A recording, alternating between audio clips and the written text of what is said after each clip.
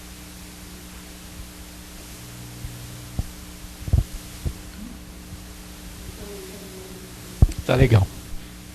A proposta do Espiritismo é justamente essa. Como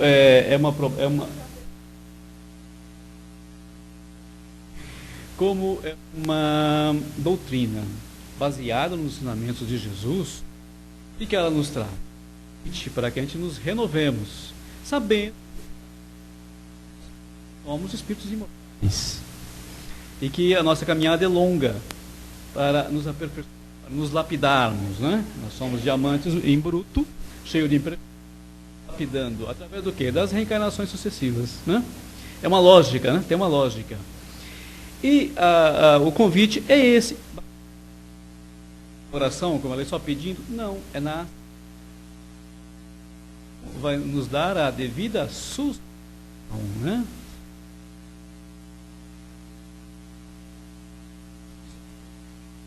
Projeto, né? A sua caminhada. O projeto de quê? Esse projeto que você se propôs. Você se propôs a reformular a sua maneira de ver a vida, a sua maneira de se portar perante a comunidade, a sua maneira de colaborar ali com o seu irmão. E é isso que a doutrina vai nos dar. Ela vem ao nosso encontro, nos dar ferramentas, nos dar subsídios para que a gente possa levar essa tarefa adiante. Perfeito? Isso. Por isso que o Evangelho realizado em casa, como estudo contínuo e tudo, é tão importante que aos poucos nós vamos sanando o nosso ambiente, a atmosfera em que estivemos mergulhados tanto tempo, né? Então fala um pouquinho. Isso, Eugênia. Fala um pouquinho da importância do Evangelho no lar. Não, tá legal. Bom, a importância do Evangelho no lar. Quando você faz o Evangelho no lar, primeiro você está atraindo para o seu lar os bons espíritos que vão amparar esse lar, que vão criar realmente uma egrégora favorável em volta do seu lar. E é importante também para o nosso aprendizado, porque o Evangelho é o nosso código de moral, é o nosso código de vida. É no Evangelho que nós temos que nos basear para aprender como agir, para aprender justamente a mudar, para aprender a vigiar e como mudar. Porque é através das boas ações, é através das atitudes, é através dos exemplos de Jesus é que nós poderemos nos pautar para nos encaminharmos devidamente, da melhor maneira possível. Lógico que é impossível nós sermos iguaizinhos a Jesus, né? Mas da melhor maneira possível. Cada um vai ter que dar o melhor de si. E é através da leitura do Evangelho que nós vamos conhecer as leis morais, que são tão importantes. Porque são as leis morais, esse código moral que é, na verdade, o Evangelho, é que vai nos dar todo esse amparo, essa proteção, essa condição da gente continuar, da gente aprender, da gente saber onde a gente tem que mudar, da gente ver de fato onde nós estamos errando, como a gente deve proceder com o próximo, como a gente deve proceder com a gente mesmo, sabe? Como fazer diante da sociedade, diante da vida, diante de tudo. Porque está tudo lá no Evangelho, como se comportar, como fazer. É um roteiro de vida, é um código de vida, é um roteiro que você deve seguir. Se a gente conseguir seguir, pelo menos, assim, um pouquinho o Evangelho, uns 10% que seja, a gente já consegue melhorar muito.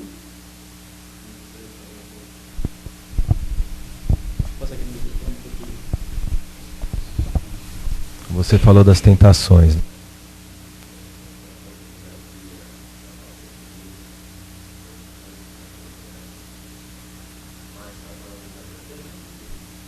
Sim.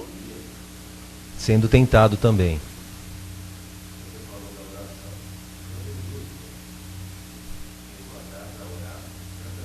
Sim.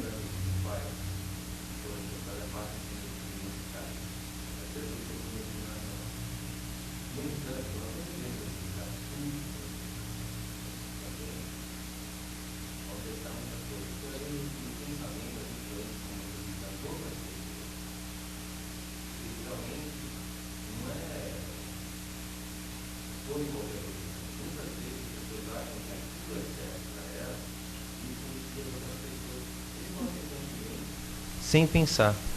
Ou seja,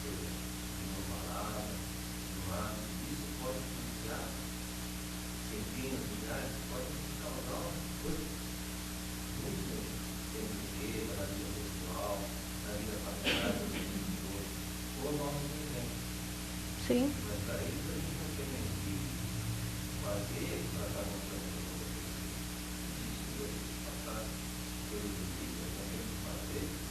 como Jesus falou, que a mão direita fizer, a esquerda. Para nós mesmos. Sim.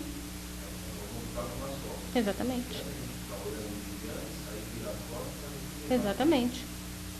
Exatamente. É isso mesmo, que não adianta, o que eu vou fazer, eu não vou fazer para mostrar para os outros, eu vou fazer para mim mesmo.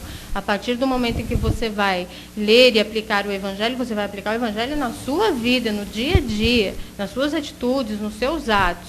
Porque é através dos seus atos que as pessoas, muitas vezes as pessoas, através dos seus atos, da sua maneira de agir, de se comportar, é que serve de exemplo para outras pessoas. E outras, você não precisa falar, eu sou espírita, eu sou isso, eu sou aquilo.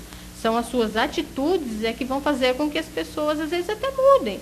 E, às vezes, tem gente até que chega, está irritado, não sei o quê, bravo. Se você começar a conversar com a pessoa, se você tiver uma atitude diferente com ela, não se exasperar também, não se irritar também, a pessoa vai vendo que, poxa, calma, eu estou extrapolando, eu estou sendo... Está certo. Eu queria falar sobre a tentação que outras pessoas colocam em má. Vamos por assim, Uhum. colocam assim, um exemplo que não é tão bom, muita gente segue, né? Uhum. Então, como você falou, para seguir esse líder negativo, a pessoa tem que ter isso. Sim. Você já vem com essa tendência, não tem. Então, isso, acredito que sejam provas que são colocadas na vida da gente a partir da nossa vida pessoal, a partir do nosso lar, que a pessoa tem as tentações dentro de casa, que elas criam necessidades, expectativas e vão buscar isso em algum lugar. E geralmente é alguma coisa muito fácil. E as coisas fáceis são essas grandes tentações, né? Uhum.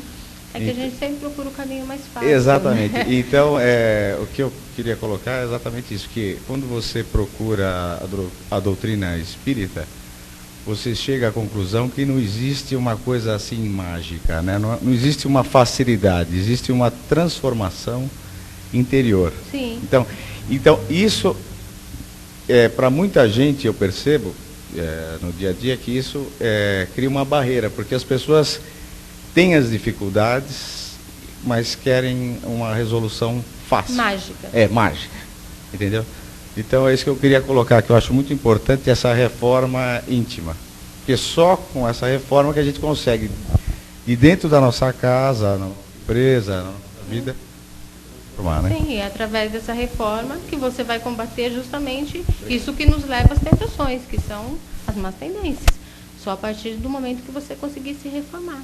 E quanto aos líderes que você disse que influenciam nações, às vezes, como nós já vimos, cada um vai responder, né? Todo mundo colhe o que planta. Um dia eles vão responder por isso. Mas não que aquelas pessoas também, eu não sabia o que eu estava fazendo, eu fui influenciado. Sabiam também, tinham o direito, tinham o livre-arbítrio de dizer eu não quero. Muito bem, obrigado, nossa irmã. Boa noite a todos. Muito bem, vamos então pensar nesses conceitos que nós ouvimos hoje, vamos pensar isso durante a semana, vamos meditar para sedimentar, não é isso? O estudo é isso, né? A gente tem que ouvir, meditar para sedimentar, né? E aí passar a exercitar. Bom, meus irmãos, agora vamos então nos recolhendo novamente para as vibrações da noite, para depois nós recebermos o passe, né? Então já é uma preparação para recebermos o passe. Vamos silenciando novamente o nosso pensamento, relaxando o nosso corpo, respirando naturalmente. E vamos unindo nossos corações aos muitos corações dos irmãos espirituais aqui presentes. E vamos pedindo ao Pai forças e luz para a paz em nosso planeta. Vamos envolver o nosso querido planeta azul num halo de luz intenso vindo do mais alto, derramando bênçãos de paz, para que sejamos um só povo, uma só nação, para que haja entendimento, para que cessem todos os conflitos, meu Pai.